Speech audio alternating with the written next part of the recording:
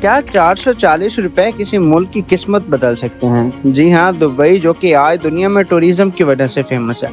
1937 میں دبئی بھی برٹش سرکار میں آتا تھا، یہاں بھی انڈین روپی ہی چلتا تھا۔ گوروں کو ٹریول کرنے کے لیے دبئی کی جیوگرافیکل لوکیشن بہت زیادہ اچھی لگ رہی تھی، کیونکہ دبئی یورپ، ساؤتھ ایشیا اور افریقہ ان سب کے سینٹر میں آتا ہے۔ برٹش امپیریل ایئر ویز دبئی کے سمندر پہ ایک فلائنگ اسٹیشن بنانا چاہتے تھے، اس لیے انہوں نے دبئی کے ساتھ ایک ایگریمنٹ سائن کیا۔ Long range flying boats Dubai کے اسٹیشن پہ رکتی تھی اور وہاں سے ریفل ہونے کے بعد برٹش انڈیا اور ایشیا کی باقی کنٹریز میں انہیں بھیجا جاتا تھا۔ اس اسٹیشن کا منتھلی رینٹ صرف 440 روپے ہی تھا، جن میں وہاں کے تمام ورکرز کی سیلری بھی شامل تھی، لیکن ایسا کوئی نہیں جانتا تھا کہ یہ دنیا کا سب سے بزی ایئرپورٹ بن جائے گا اور ایمریٹس ایئر لائنس بڑی سے بڑی ایئر لائنس کو ٹکر دے گی۔ یہاں سوال یہ بنتا ہے کہ ایمریٹس ایئر لائن کو کس مشکل گھڑی میں بنایا گیا اور چھوٹی سی بستی سے شروع ہونے والی یہ ایئر لائنس کیسے دنیا کی نمبر 1 ایئر لائن بنی۔ یہ سب اور بھی بہت کچھ چلیں جانتے ہیں پروفیسر جیری کی آج کی اس ویڈیو میں۔ دوستو، سن 1950 دبئی کے رولر شیخ راشد بن المخدوم اچھی طرح جانتے تھے کہ ان کے آئل ریزروز وہ صرف 30 سے 40 سال تک ہی چل سکتے ہیں، اس لیے انہوں نے جلد از جلد کوئی الٹرنیٹیو سورس ڈھونڈنا شروع کر دیا جس سے وہ آئل کی ڈیپینڈنس کو ختم کر سکیں۔ یہی سب دیکھتے ہوئے انہوں نے اندازہ لگایا کہ برٹش لوگ دبئی کو اسٹیشن یوز کرتے ہیں اور انہیں بہت بڑا پروفٹ ملتا ہے، جبکہ دبئی کے حصے میں صرف 440 روپے ہی آتے ہیں۔ لہٰذا انہوں نے سن 1999 میں دبئی ایئرپورٹ کی کنسٹرکشن کا آغاز کیا۔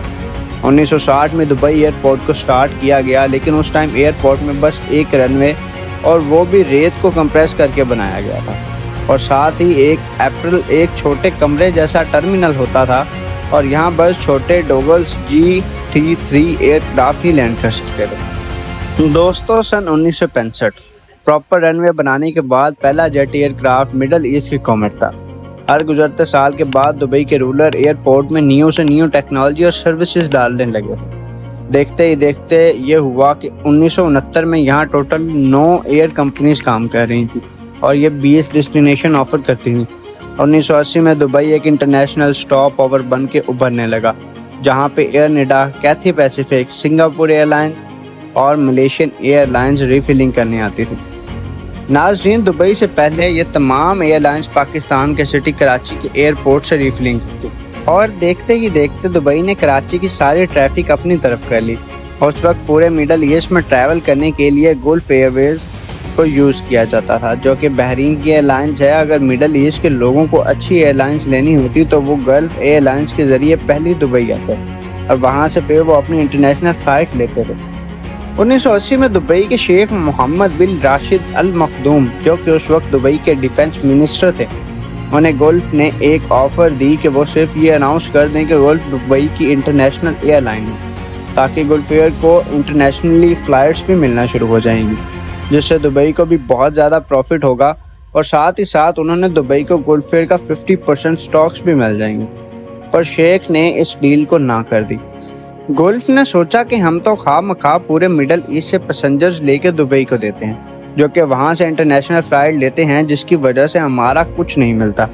لہٰذا انہوں نے دبئی جانے والے تمام گلف ایئر لائنز کو بند کر دیا، جس کی وجہ سے دبئی کو بہت نقصان ہونے لگا۔ یہی وقت تھا جب دبئی کے شیخ راشد نے فیصلہ کیا کہ وہ اپنی ایئر لائنز لانچ کرے گا، لیکن اس ارادے کا مطلب تھا کہ پہلے سے اسٹیبلش ایئر لائنز کو ٹکر دینا۔